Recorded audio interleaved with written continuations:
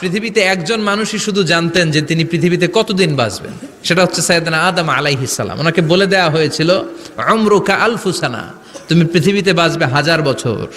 কয় বছর? সাইয়েদনা আদমের সামনে অনেকগুলো রুহু রাখা হলো। সাইয়েদনা আদম বললেন, এরা কারা? আল্লাহ বললেন, এরা হচ্ছে নাসালুক, তোমার বংশধর, পৃথিবীতে তোমার পর এরা পৃথিবীতে আসবে। সাইয়েদনা আদম বললেন, আল্লাহ ওই যে একটা রুহু দেখা যায়, এটার নাম কি? আল্লাহ বললেন, হাদা ইবনুকা দাউদ, এটা তোমার ছেলে দাউদ, সে দুনিয়াতে নবী হয়ে আসবে, তার ছেলে সুলাইমানও নবী হয়ে আসবে।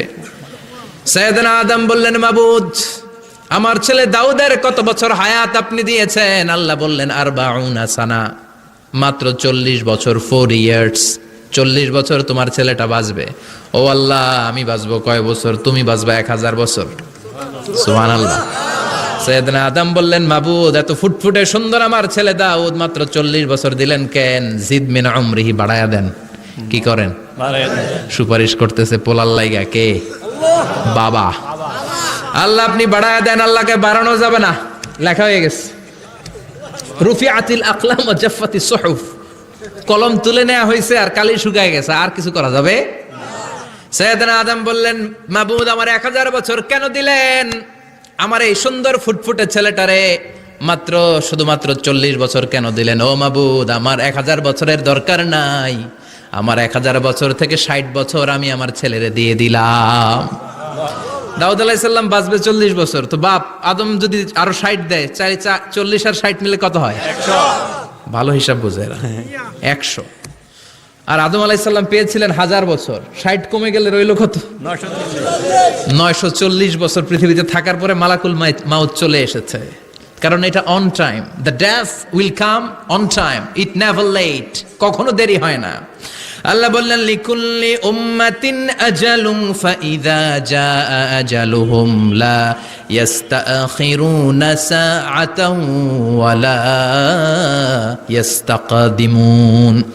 মৃত্যুর একটা নির্ধারিত সময় আমি বেঁধে দিয়েছি, অন টাইম, অন টাইমেই চলে আসে, 1 সেকেন্ড আগেও আসবে না, 1 সেকেন্ড পরেও আসবে না।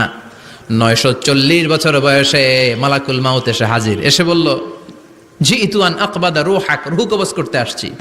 আদম আলাইহিস সালাম বললেন, রূহ কবজ করতে আসছো মানে? আমি বাঁচবো তো 1000 বছর। কয় বছর? মালাকুল মাউত বললেন, না না, ওই যে আগের কথা স্মরণ করেন, আপনি 60 বছর দিয়ে দিয়েছিলেন। কয় না, আমি দেই নাই, আমি আরো বাঁচুম, আরো 60 বছর পাওনা আছি, আমি দেই নাই। মালাকুল মাউত বললেন, আপনি দিয়েছেন? আদম বলে, দেই নাই। মালাকুল মাউত বলে, আল্লাহ ঘটনা দেখেন, দিয়া কয় দেই নাই। আল্লাহ কয়, থাক, কথা কইস না, আয়া পর।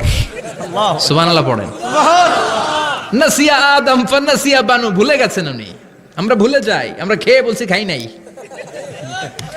নিছিলাম পকেটে, কয় নেই নাই।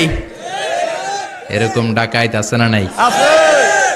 নাসিয়া আদম ফানাসিয়া বানু, বিশ্বনবী বললেন, আদম ভুলেছে তো তার সন্তানরাও ভুলে যায়। জাহাদা আদম ফাজাহাদা যুররিয়াতু, আদম অস্বীকার করেছে, তার সন্তানরাও অস্বীকার করে। সেদিন থেকে আল কিতাব ওয়া শুহুদ, মানে লিখে রাখার সিস্টেম আর সাক্ষীর সিস্টেম চালু হয়েছে। সুবহানাল্লাহ পড়েন। সুবহানাল্লাহ। 940 বছর বয়সে মালাকুল মাউত এসে আদম আলাইহিস সালামের রূহ নিতে পারে নাই। উনি 1000 বছর যখন হয়েছে তখন এসে সাইয়েদনা আদম আলাইহিস সালামের রূহ কবজ করেছে। যেই দিন পৃথিবীর প্রথম মানব, প্রথম নবীর রূহ মালাকুল মাউত দুনিয়া এসে কবজ করেছে, ওই দিনটাও ছিল জুমাবার। সুবহানাল্লাহ, আল্লাহু আকবার।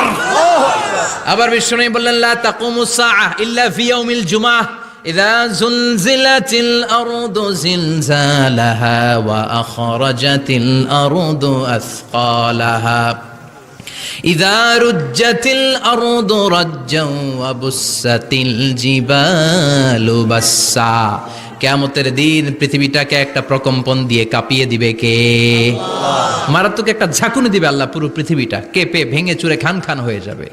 এই ঝাঁকুনি আর আর্থকোয়েক, ভূমিকম্প এর ঘটনাটা যেদিন ঘটবে, ওই দিনটাও হচ্ছে জুমার দিন। চিৎকার করে পড়েন সুবহানাল্লাহ।